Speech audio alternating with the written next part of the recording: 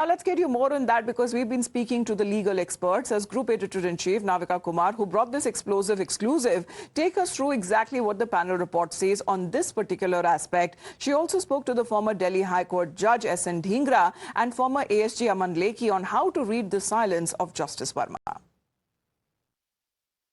This is the most important part.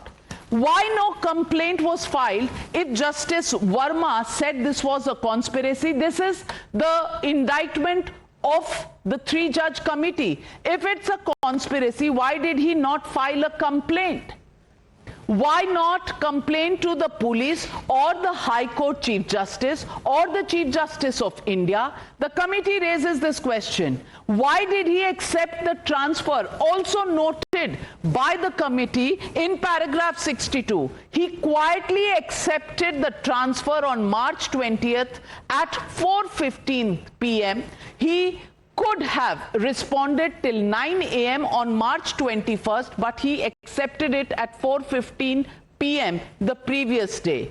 Didn't attempt to find out reason for transfer. That is why the trust reposed in him was belied by him, is the conclusion.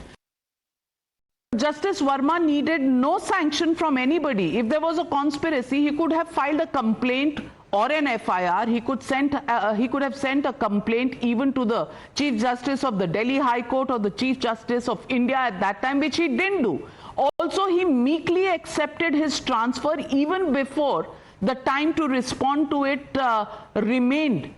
I want to ask you, does this charge by the committee hold against Justice Varma? See, I think this report ultimately would only lead to impeachment proceeding and nothing else.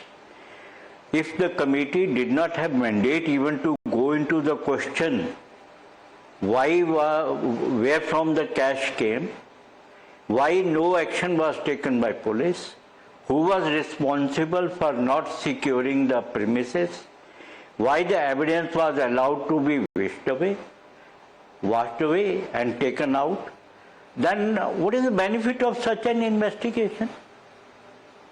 The investigation was only, that means only into one fact, whether the cash got burnt into the house of Justice Varma or not. This was known to everybody. I don't know what committee has done by recording 50 or 60 witnesses, except coming to conclusion, yes, cash was there and it was burnt.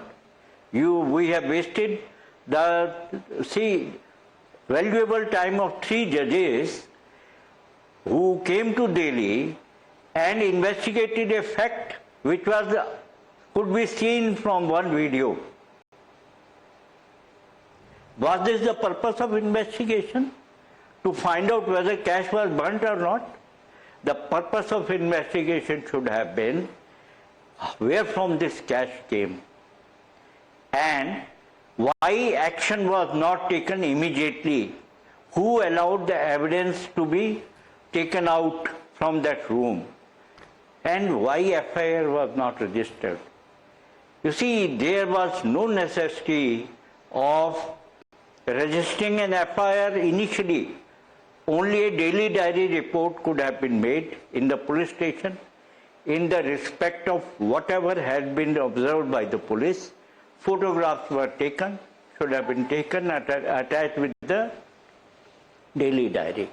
And then the police should have locked the premises and waited for nod from Chief Justice of Delhi High Court or from the Supreme Court, whosoever was supposed to give them the nod for registering FIR.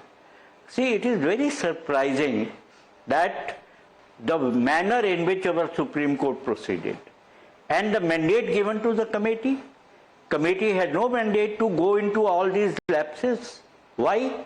Important question, but then this investigation, should it have been done only by a committee of judges? Should it have been done by an agency which can investigate forensically? Questions that we've been asking from day one. But the big question tonight, and Aman Lekhi, this question goes to you. The big question tonight is, The entire defense, the entire point being made by Justice Varma is that there is a conspiracy against him, and that is the reason this entire case has been built up against him. If there was a conspiracy, why did Justice Varma not file a complaint?